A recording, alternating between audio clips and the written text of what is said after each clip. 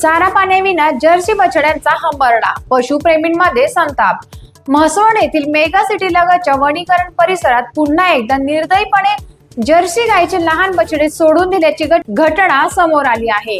चारा पाणी नसल्याने हे मुके जनावर हंबरडा फोडत असून पशुप्रेमींमध्ये संताप व्यक्त होत आहे।